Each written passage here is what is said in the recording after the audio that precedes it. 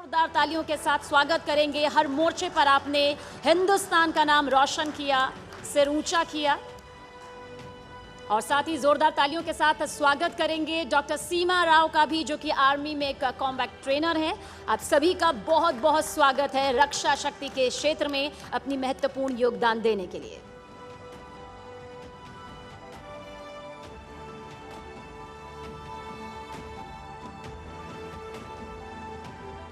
Well, good evening, ladies and gentlemen.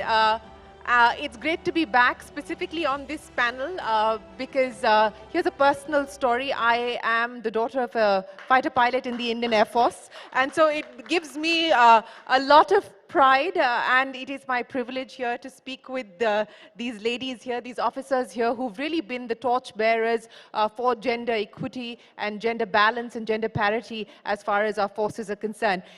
And let me just set the context here for where things currently stand now. We have women officers across the three forces. In fact, if you take a look at the Army, in the officers category, excluding the medical corps and the dental corps, the percentage of women officers in the Indian Army today stands at just under 4%.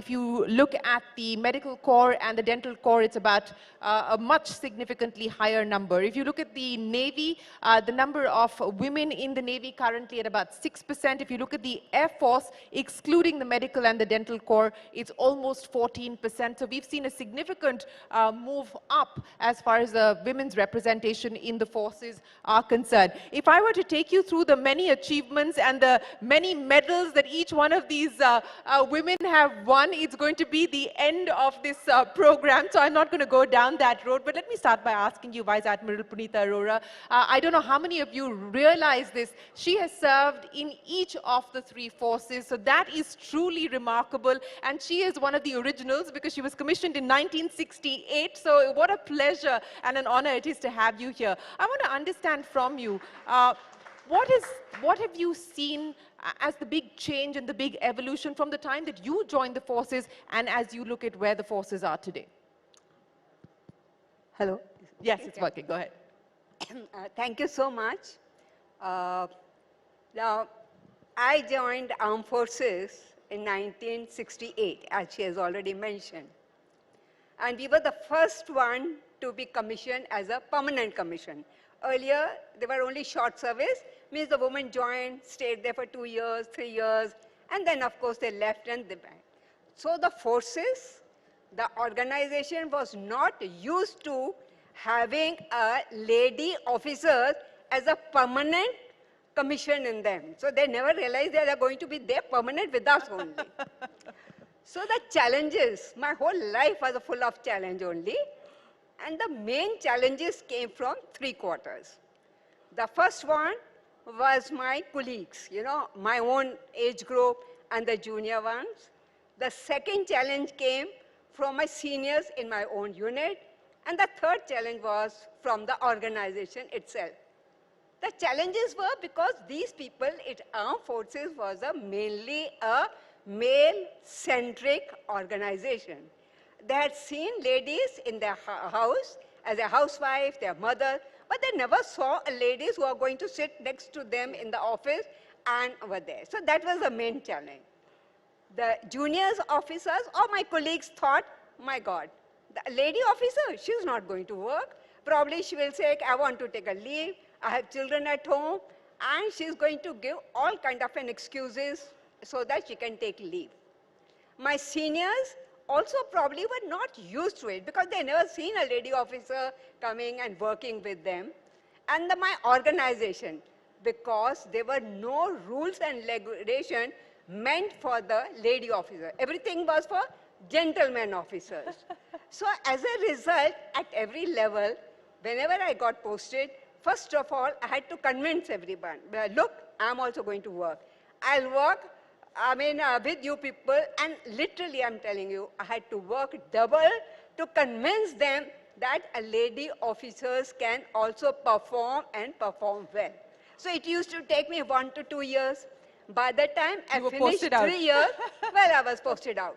And I was at the square one again trying to convince my whole unit that yes, we can also work. Now came from the organization. See, I will not say it was unfortunate. Well, the circumstances were such that there were no rules and regulations. Now, I'll give you a very small example. See, like I asked for my posting to Srinagar where my husband was there. Now, everybody was confused. My God, Srinagar, going to be posted with your husband. The ladies just accompany them. They don't get posted there. Secondly, asking for a maternity leave. So when I asked for a maternity leave, when my son was to be born, so the whole organization went through all the rules and regulations. There is an annual leave, there is a casual leave, there is a sick leave. There's no maternity leave. And nothing known as, because gentlemen officers don't have children. So that was the challenge which we faced. And let me tell you very honestly, these challenges throughout I faced. But one thing was there. I will fully agree that they were scared. Not scared, they didn't know how to react to the lady officers in there. But at the end of the tenure, when I used to leave, they used to say, no, please send us more lady officers. We are very happy with this. So these were the challenges which we faced when I was there, when I joined over there. In fact, all these young ladies who are sitting over here, they were not even born when I joined them. So in many ways, absolutely, you paved the way for each one of them to live their dreams. And I only say one thing, when people ask me, for the young ladies, what? I say, see, when you are going to be the first one in that field, everything depends on you, how you perform. If you perform well, you will open the floodgates for other young ladies to join that organization. Absolutely. But if you fail, and then you have got nothing to, give way to these others. I don't take pride or I don't say anything, but let me tell you that at my level, and all my other lady officers who were there, I give credit to all of them. They have paved the doors open for the other officers, lady officers, to come into the armed Absolutely. forces. Ladies and gentlemen, a big round of applause. As I said, the original paving the way and opening the doors for so many of these officers that we see here today. Sonal Misra, let me come to you. And very quickly, I want to tell you a little bit about Sonal. She's a 2000 batch Tamil Nadu cadre officer. She's the first woman IPS officer from Chhattisgarh to receive the much coveted Indian Police Medal Award in 2016. What an absolute pleasure it is to have you here, Sonal, with us. But, just to take off from what we heard there from Ms. Arora, what has the journey been like for you? Is it better today? Is it more accepting? Is the force more accepting? Are your colleagues more accepting seeing a woman in charge in uniform? I must say yes. I must say yes. The atmosphere, I don't know what ma'am would have faced, but definitely we have faced better times. And times are improving very fast. Because it's the critical number, Once the numbers start increasing for the women, I think everybody sees a role model, more so among women, among girls.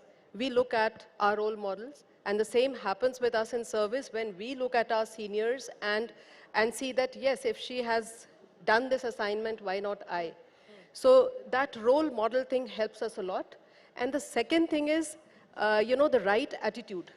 I think that is the most important thing. If we have the right and the firm attitude, everybody down falls in line. But what has been the hardest part for you so far, and what has been the big change that you've noticed in the way that people approach you, and what is it that you would like to tell women who are watching you? Because as you said, today your representation of what the forces can do and what the forces offer for women, what would you say to them? I would say don't hold yourself back. If we are holding ourselves back, that is our problem. The force is there, the force or our organization is there, it's accepting us with open arms, I must say. And women at the right decision-making level can be the catalyst for you. And they are there now almost in all organizations at the right decision-making level. So don't hold yourself back. That's my message to the young generation. Whoever is entering at whatever level, I see in CRPF, I have served in the northeastern sector. It's a difficult area. One must not hold. We have had a lot of women who are serving right now in Srinagar, right now in the LWE-infested Chhattisgarh, from where I come from. And I must say that they are doing a wonderful job. And the women who are holding themselves back, please don't do that. It's on you. Don't hold yourself back. And let me take that point across to Colonel Sofiya Qureshi as well. And like we just heard there from Sonal Misra, Colonel Qureshi has also served in the Northeast. She served in Punjab. She's also been part of the UN mission, the UN peacekeeping force as well, and played a crucial role there. Colonel Qureshi, as you look at your journey, at your own journey, what have been the big lessons and the learnings for you? And what is it, like we heard here from Sonal, that you would like to leave to the women who are watching, to parents who are watching, to brothers and fathers who are watching, because that's an important message to send out? Jai Hind, everyone. Firstly, I would like to convey sincere thanks to everyone for giving this opportunity to speak at Nari Shakti. If you ask me, I belong to a warrior family, so it was in my genes, and I wanted to don the uniform. And believe me, Indian Army is the best organization one can have. It gives you an opportunity to surmount any kind of difficulties, and I'm lucky and privileged to serve the nation with honor and pride.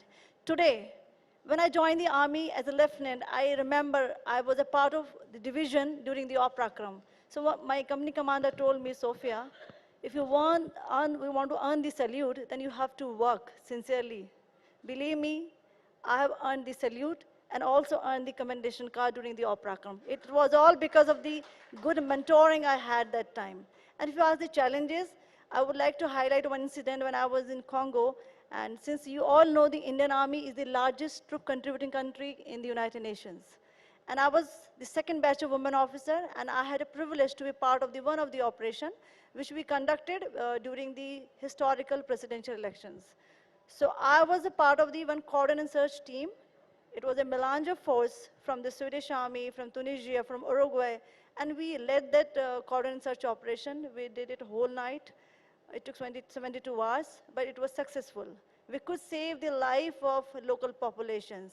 And next day, the force commander asked me who was that lady from the Indian Army. I think that gives me the pleasure. The people talk about the Indian Army, not Colonel Sofiya Qureshi. So such incidents happened in my life, and I had a privilege to command the contingent at ASEAN nations. I was the only woman officer among 22 nations. So I'm also thankful to my organization for giving me this opportunity. I was lucky that I was with the Sonal ma'am in Northeast, where I was again privileged to mentor the first batch of women military police soldiers. And there we worked together in many of the operations and work. And lastly, you all know that I'm a full colonel today, and I'm commanding the unit. Yeah. I'm from the first batch of women officer. So salute to my organization that I've got a chance to command. Well, a salute to each so much. one of you. A salute to each one of you. As you said, it's your pleasure and your privilege to work for the organization, and it is our pride to have you here this evening and share your stories with us. Squadron Leader Sindhu, Reddy. Ladies and gentlemen, I don't know if you were watching the Bastille Day parade on your TV screens. Many people were, but if you were, then you watched Squadron Leader Sindhu Reddy leading the Indian contingent, taking center stage there, leading a team of 60 plus officers. What was that feeling like for you? And also, Squadron Leader Reddy, you know, you've now been part of the Indian Air Force for over a decade now, a little over a decade now. What's this journey been like for you? So, giving the salute to the Prime Minister on the Champs-Élysées and on the French National Day especially tops my list of achievements as of now, definitely. You know, carrying the might of the entire force that was behind me and being there, leading my contingent, it gave me all that power, it gave me all that strength that I can do it. If somebody else can do it, then definitely I can do it as well. I have everything in me. So what was going on in your head the previous night, just before you actually had to lead the contingent? You know, was there an internal dialogue in trying to deal with the pressure and the nerves? I'm sure that's part of it. Oh yes, definitely. I almost had a nervous breakdown thinking that, you know, I actually didn't realize I was going to be the first woman marching on the foreign land until, you know, that moment when I realized I almost had a nervous breakdown. I'm like, oh wow, this is news to me. But yes, of course, my training and the way we've been preparing for that parade for almost about a month or so, it put me in a place where, you know, come what may, I have done this before, so I can do it. So that is a confidence I could carry with myself, and I always, always, I had the support of my contingent. So when you have the support and when you have the might and you have your own strength, nothing is unbeatable. So that is the message that we wanted to deliver, and it was delivered in the right sense, It I was believe. delivered across the country and across the world. People who were watching. Ladies and gentlemen, a big round of applause for Squadron Leader Reddy for leading the Indian contingent. But you know, that was on the ground. Yeah. What about up in the air when you're actually flying? What has that internal dialogue been, and what's the external dialogue also been? When you actually started to fly, what was the reaction and the response? So my dream has always been to fly, and when I was going to join the Air Force, I realized what better way to do it than to don the uniform, the pride, the respect, and you know, fly for the nation.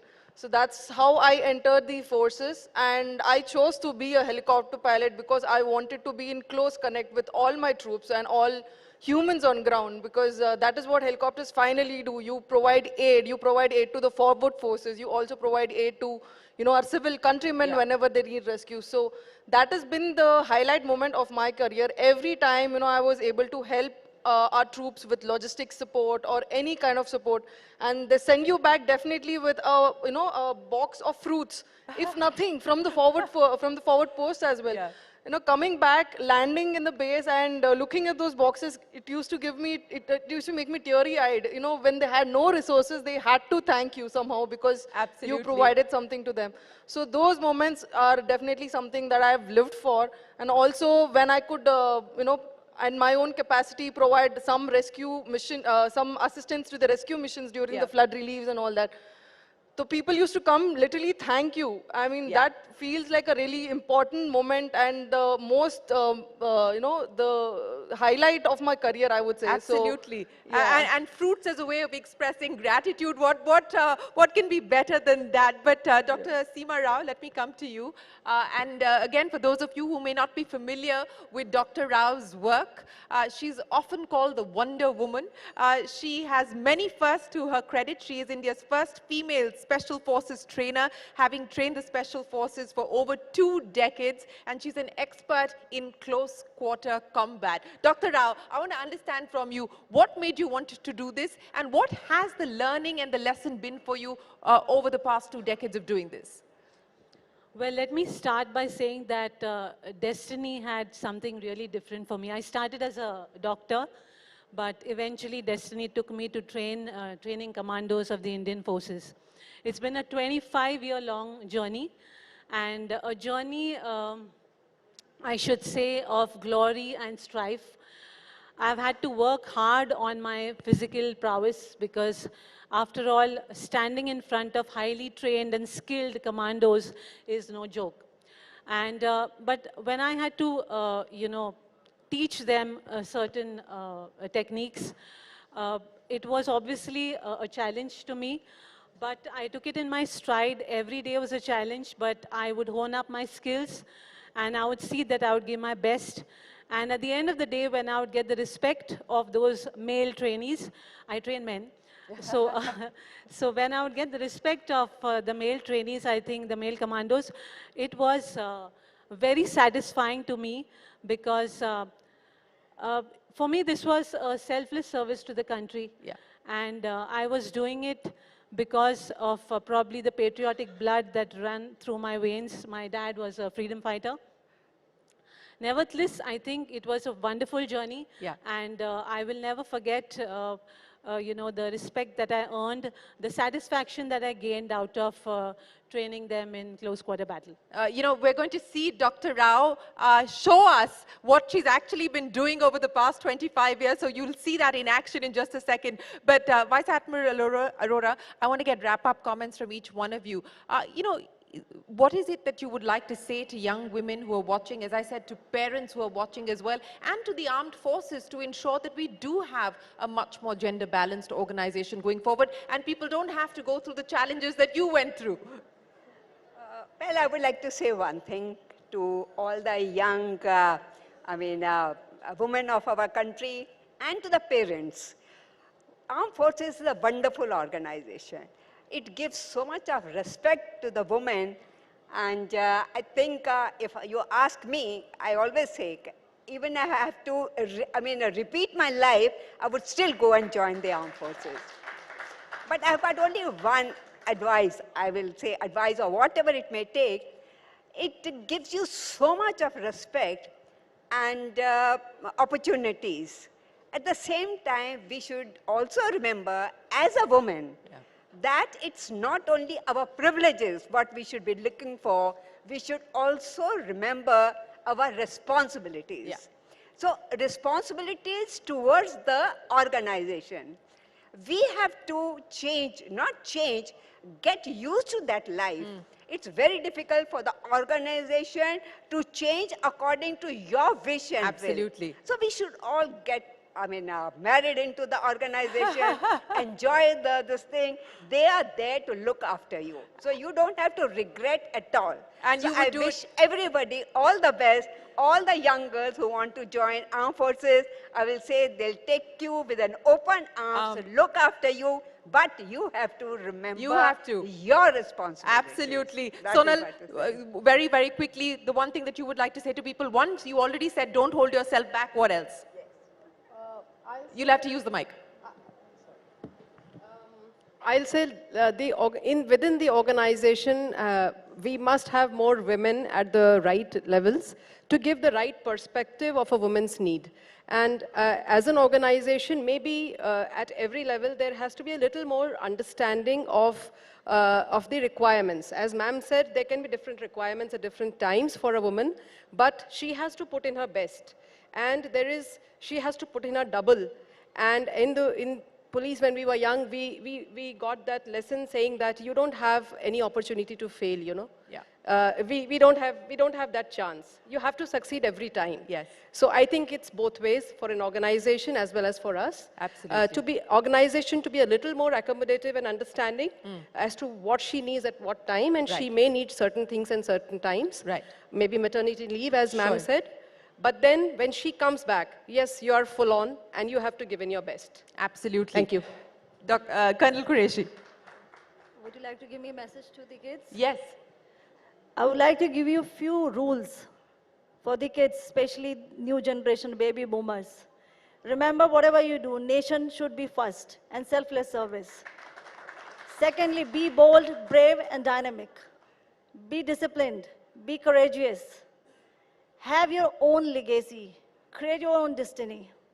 Manage time. Every one of us has 24 hours.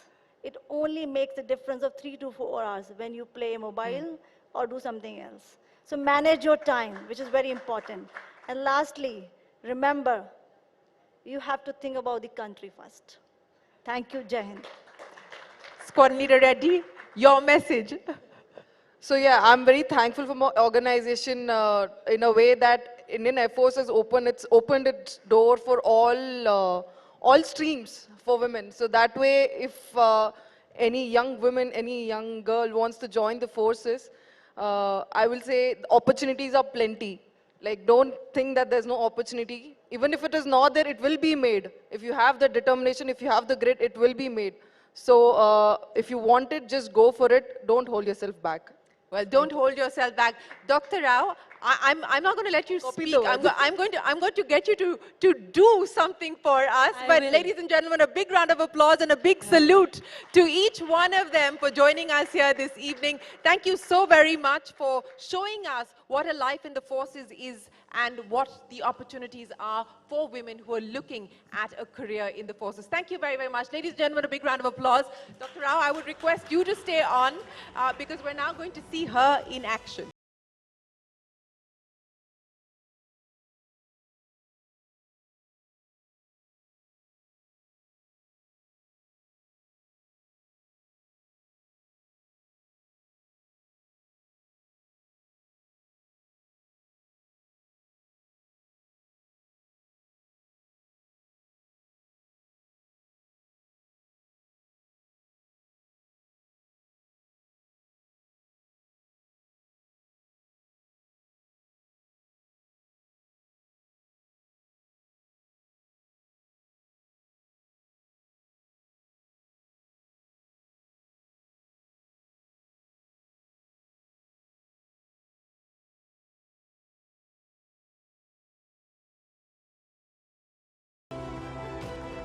A huge round of applause for these super achievers, ladies and gentlemen. Thank you so much for being here with us. And as Shereen has already teased for all of you, Dr. Rao has a special something that's planned for everyone.